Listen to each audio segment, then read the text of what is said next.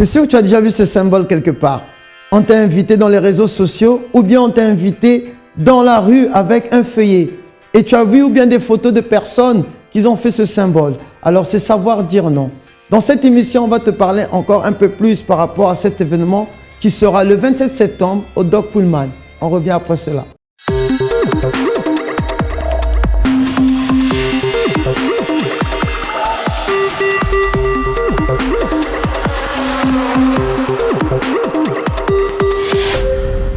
Quand tu vas sur Twitter, tu vas sur Facebook, tu vas à Châtelet, tu vas à La Défense, on entend parler que de savoir dire non. Je vois des jeunes avec des t-shirts, avec des feuillets, des photos, avec ce symbole, tout ça. Mais qu'est-ce que ça veut dire?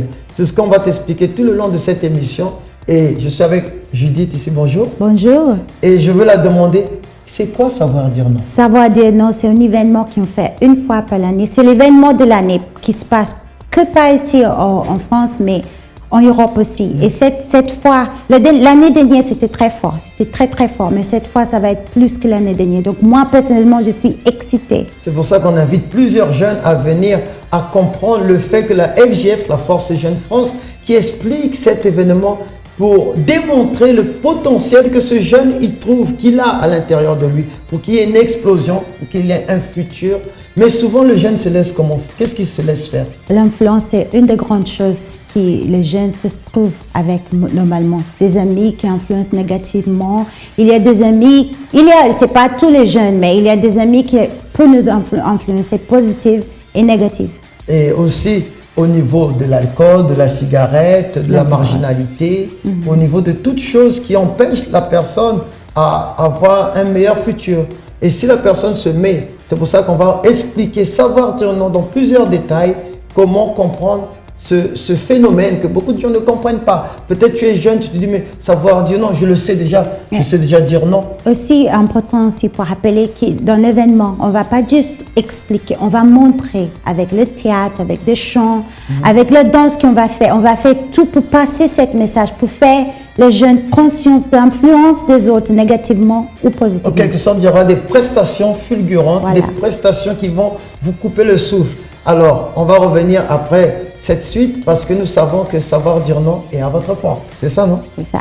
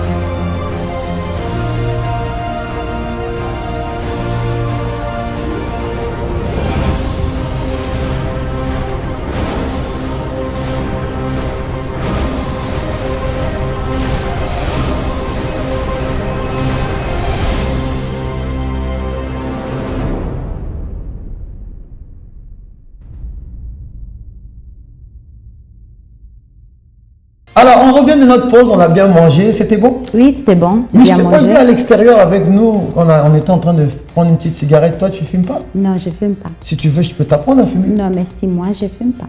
Alors, c'est ça. Souvent, il y a cette influence que quand on sort de la cantine, on voit les autres fumer et on se dit, mais quel est ce phénomène que après avoir mangé, on a une grande envie de fumer? Ça, c'est quelque chose qui, souvent, beaucoup de jeunes n'arrivent pas à dire non. Parce que fumer, ça tue. Et c'est bien écrit sur le paquet. Mais qu'est-ce qui pousse les personnes, surtout les jeunes, à faire même jusqu'au point d'aller capoter pour se fondre dans la masse? Et il y a beaucoup de jeunes qui ne savent pas dire non à quoi, par exemple? Par exemple, à la drogue, à l'alcool. Et ça commence avec une cigarette. La personne fume une cigarette. Demain, elle commence à boire l'alcool. Et l'autre jour, elle commence à faire le drogue. Et petit à petit, elle entre plus profond dans le problème de drogue. Et en quelque sorte, c'est comme une boule de neige. Mais pourquoi la personne se met à faire ce genre de désir, d'avoir ce désir? Parce que la personne, peut-être elle a un manque de confiance en soi, ou bien elle veut se fondre dans la masse, ou elle veut faire partie d'un groupe quelconque. Et ça, c'est parce qu'elle n'a pas confiance en elle-même. Elle n'a pas confiance en ses facteurs de réussir. Et en plus, normalement, quand la personne n'a pas la confiance en elle-même, elle fait des choses pour plaire les autres, pour montrer qu'elle est quelque chose qu'elle n'est pas. Et si elle est en train de montrer une image, donc on peut parler même de l'apparence, parce que de l'influence amène à l'apparence. Mais toi, peut-être, tu es là, tu t'es mis à fumer, tu veux t'arrêter. Alors, on va t'apprendre à savoir dire non. Le 27, c'est là. Donc, on va revenir avec la rubrique mode. Oui, non, on va venir avec la rubrique sport. Après la rubrique mode. Ok, d'accord, c'était ma faute.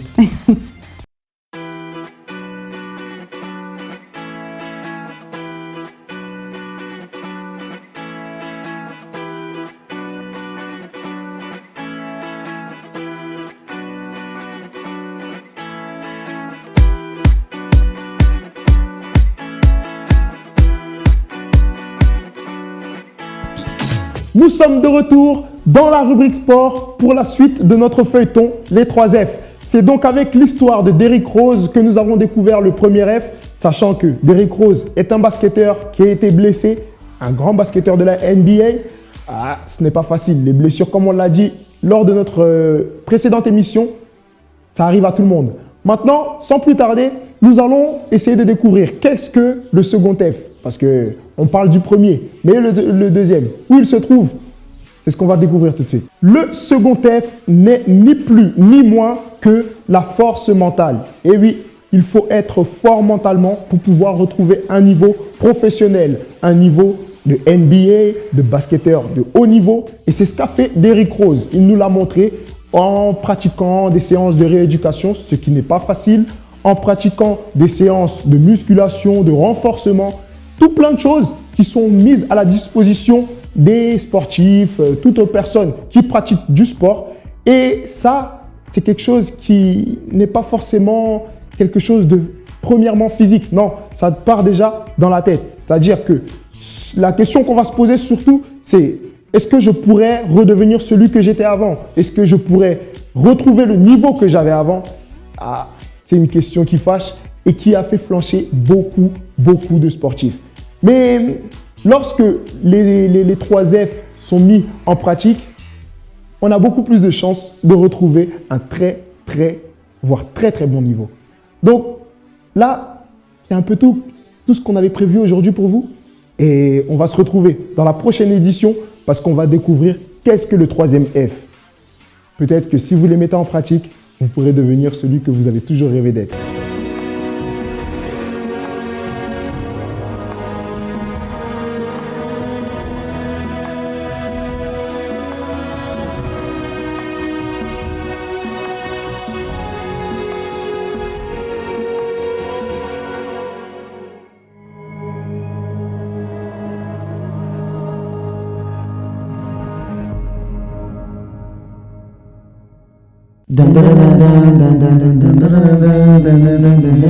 Non. On ne veut pas être influencé par les armes, ni James Bond. Mais c'est quoi qui pousse une personne à porter une arme? Normalement, avec les jeunes, surtout avec les jeunes, ils voient ça dans les films, ils voient des gens, les bad boys avec le baggy, avec des armes, et elle veut être comme ça aussi. Et souvent, ça se sent dans les films, dans les clips. Surtout dans les clips, parce qu'on veut prendre l'image d'un rappeur, de son idole, on veut prendre l'image de sa star, et on se met dans une apparence qu'on n'est pas. Et souvent, quand deux personnes ont cette même pensée, parce que vous vous dites, mais comment je peux savoir dire non à la tenue vestimentaire? Par exemple, je vais prendre un exemple des filles. Les filles, des fois, il y a des filles qui commencent à habiller comme les stars pour attirer les gens négatifs vers eux. Elle ne sait pas, elle veut juste, son objectif, c'est pour habiller comme les stars là qu'elle admire.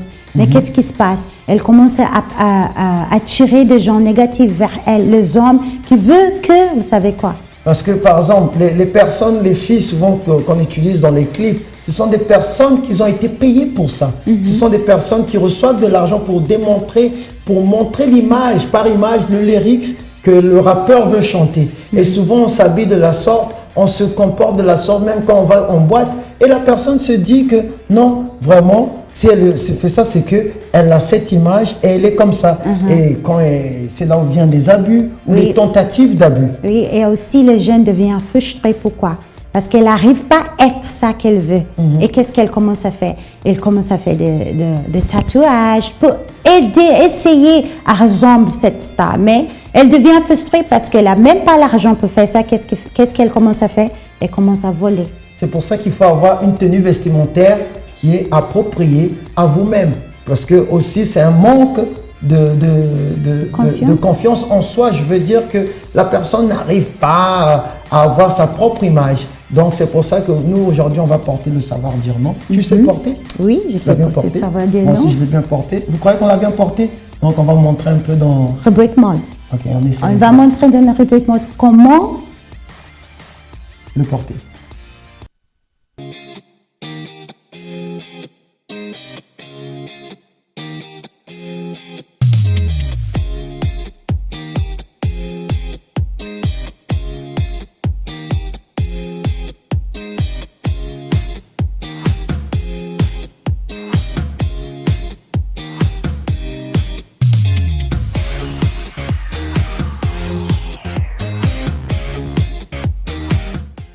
Hello et bienvenue dans notre nouvelle rubrique mode. Alors aujourd'hui je vais être direct, je vais même pas vous demander si ça va pas parce que ça va forcément si vous avez entendu parler de ce grand événement Savoir dire non. Donc Savoir dire non c'est l'événement de fou avec des prestations de malades, avec des artistes, avec tout plein de choses, 4000 jeunes.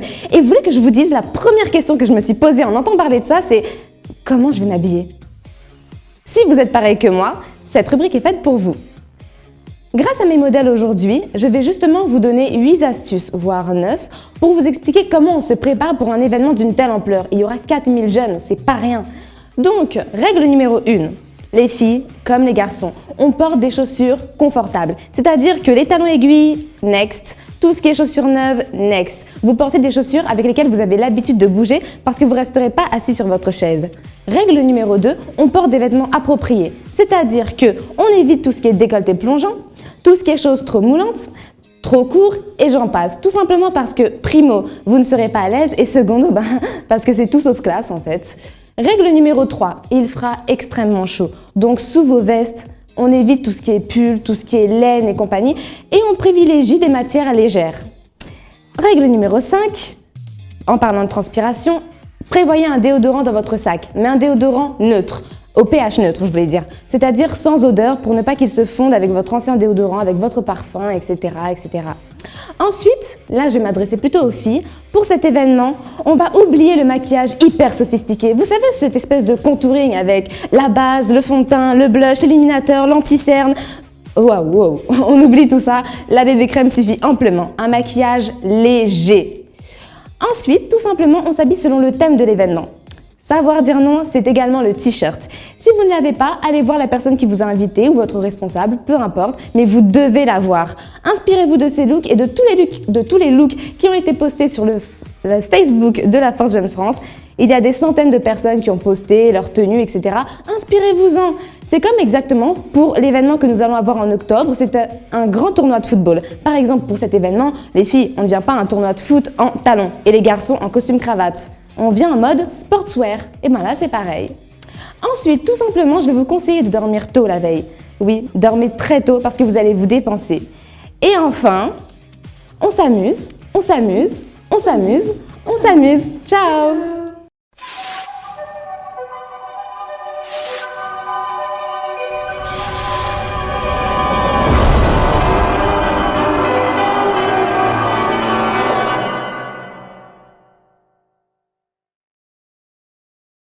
En septembre, l'événement Savoir dire non débarque en France.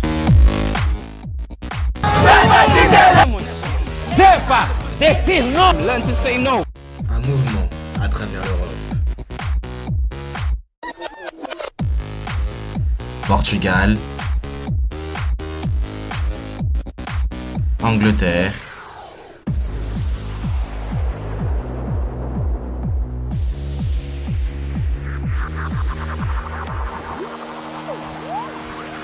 Italie,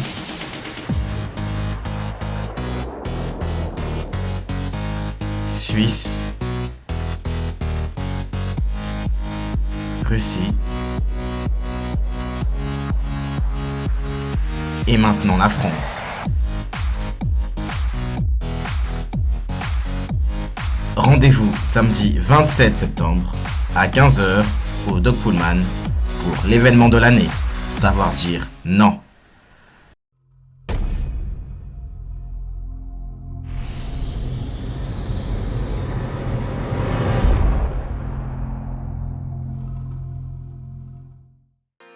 Mais comment savoir dire non, Dominique? Comment savoir dire non? D'abord, il faut reconnaître la négativité. Si on n'arrive pas à reconnaître la négativité, alors tout est positif.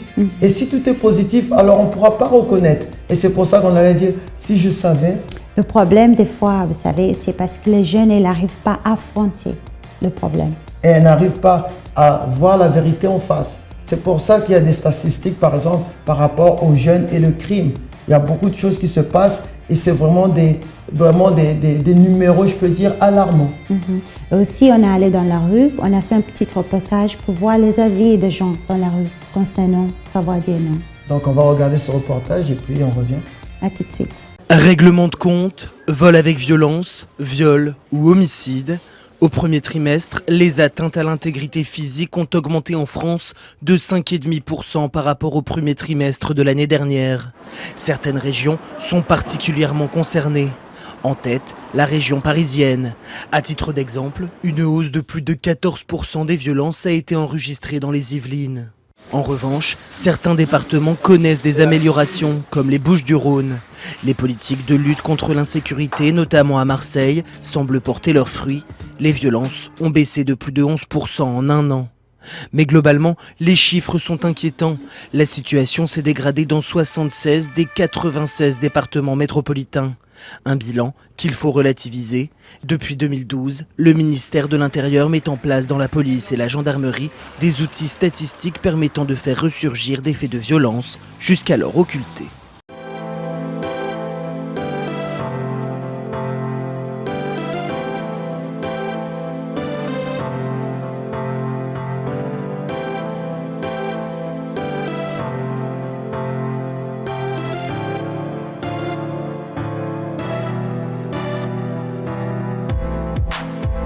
Salut à vous. Et oui, le 27 septembre se prépare l'événement phare de l'année, savoir dire non. Et là, actuellement, nous sommes dans le Marais pour découvrir si les jeunes ici savent dire non. Suivez-moi.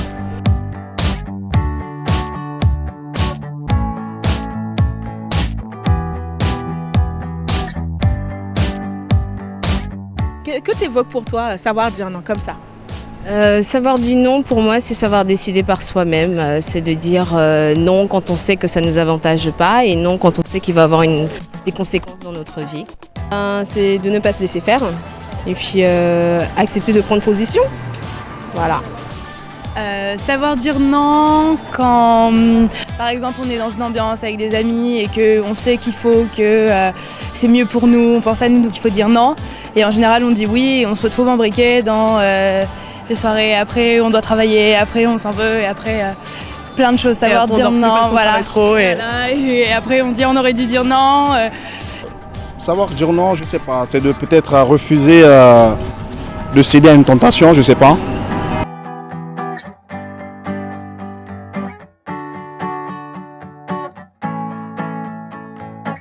Et donc du coup, pour toi personnellement, est-ce que tu sais dire non?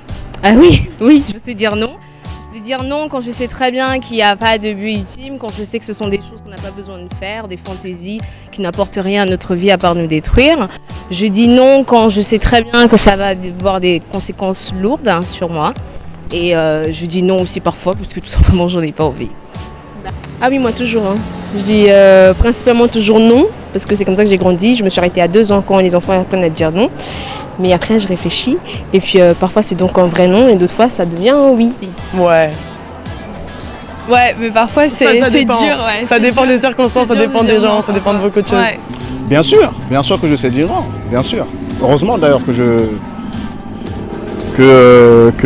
j'arrive à dire non à certaines choses.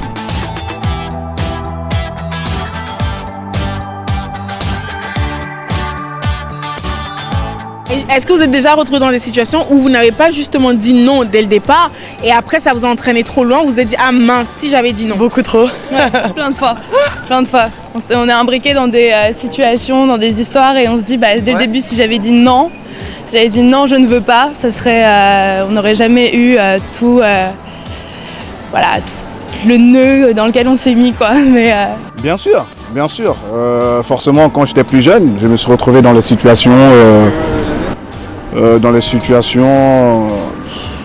dans laquelle j'étais, on va dire que j'étais engrainé par la jeunesse à l'époque, par mes potes. Bon, je me suis retrouvé dans ces situations et je ne pouvais pas dire non et ça m'a coûté.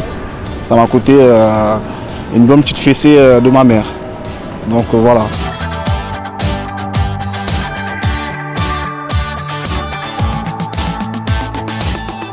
Comme nous l'avons remarqué, certains jeunes face à certaines situations sont capables de dire non. Mais ils l'ont bien admis eux-mêmes que face à d'autres influences, ils ont bien du mal à dire non. Ciao et à la prochaine.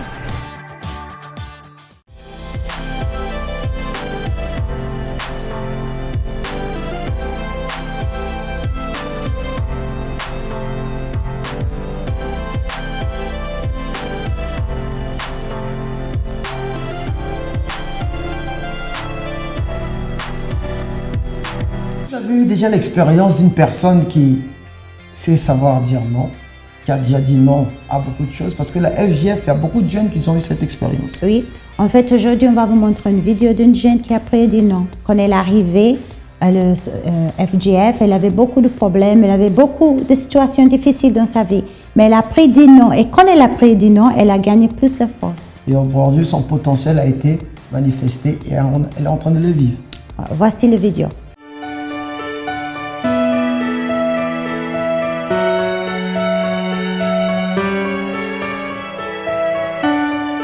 Oui, bonjour, je m'appelle Wilfried. Alors, avant d'intégrer la FGF, j'étais une personne très narcissique. J'aimais beaucoup mon corps.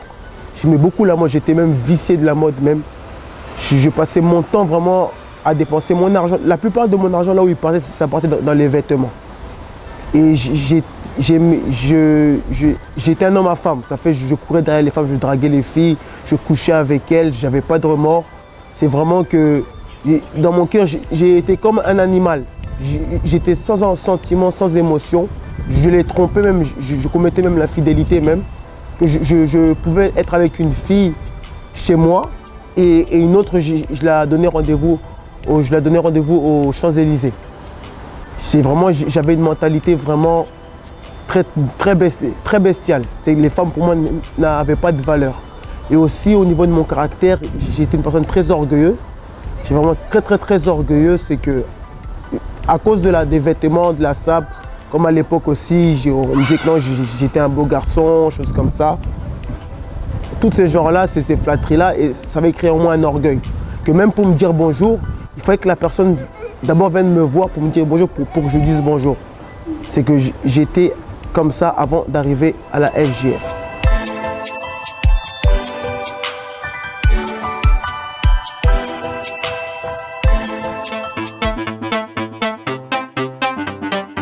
J'ai connu la FGF par un jeune, c'est un jeune qui m'a invité, mais je ne suis pas venu tout de suite. J'avais encore j'étais un peu en retrait, je ne suis pas venu tout de suite. Et après je suis venu, d'abord le jeudi, j'ai observé, j'ai écouté le jeudi, les réunions. Après j'ai commencé à venir le samedi. Mais même en venant jeudi et samedi, la transformation ne s'est pas faite tout de suite. Mais c'est au fur et à mesure que j'écoutais les réunions jeudi et samedi, j'ai commencé à comprendre le mal qu'il y avait à l'intérieur de moi, surtout au niveau de mon caractère, ma mentalité. C'est quand je voyais le groupe jeune, je voyais un groupe de jeunes, de gamins, je disais même, c'est pas mon délire.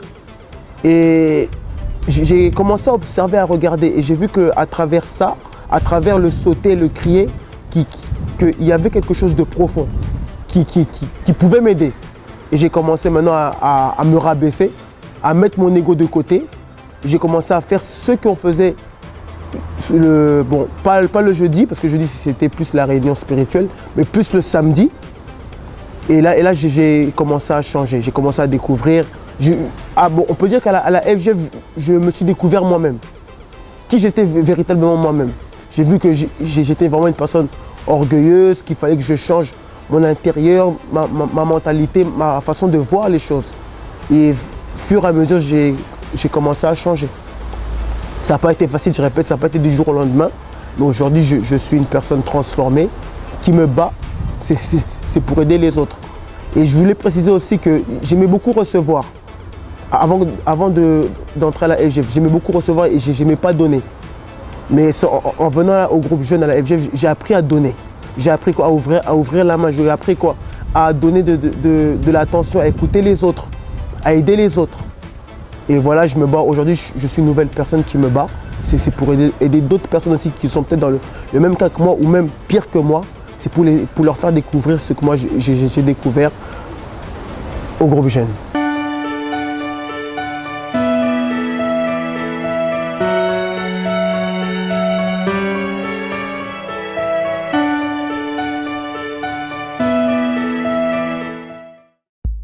J'ai toujours rêvé de ressembler à une célébrité. Je m'imaginais belle, grande, mince, comme elle quoi. Avec tous les yeux braqués que sur moi. Mais retour à la réalité. Je suis moche. Je ne sais même pas comment les gens font pour me regarder tous les jours.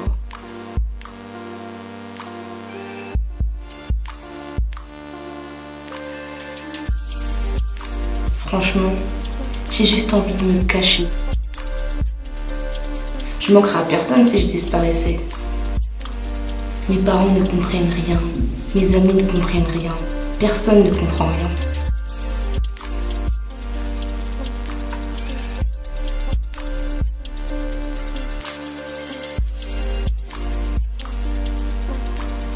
Alors je ne montre à personne mon mal-être. Le silence est devenu ma drogue. Mais un jour, j'ai reçu une invitation. Et avec le temps, j'ai appris à m'aimer. À présent, je m'accepte telle que je suis. Alors pourquoi pas toi? À mon tour, je t'invite le 27 septembre à 15h au Doc Pullman pour l'événement Savoir dire non. Pour plus d'informations, va sur le site de laforcejeunefrance.net.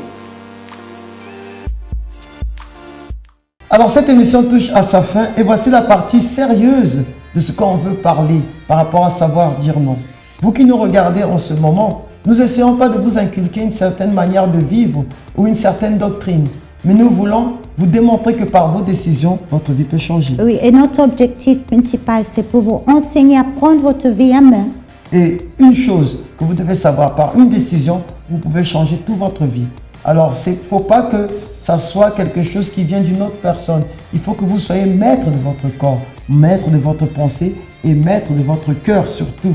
Parce que ça va toujours dans ces facteurs-là que souvent qu'on base nos décisions. Alors, si vous êtes là, vous répondez à cet appel le 27 septembre. À Doc Pullman. 15h, nous serons là avec vous. À bientôt.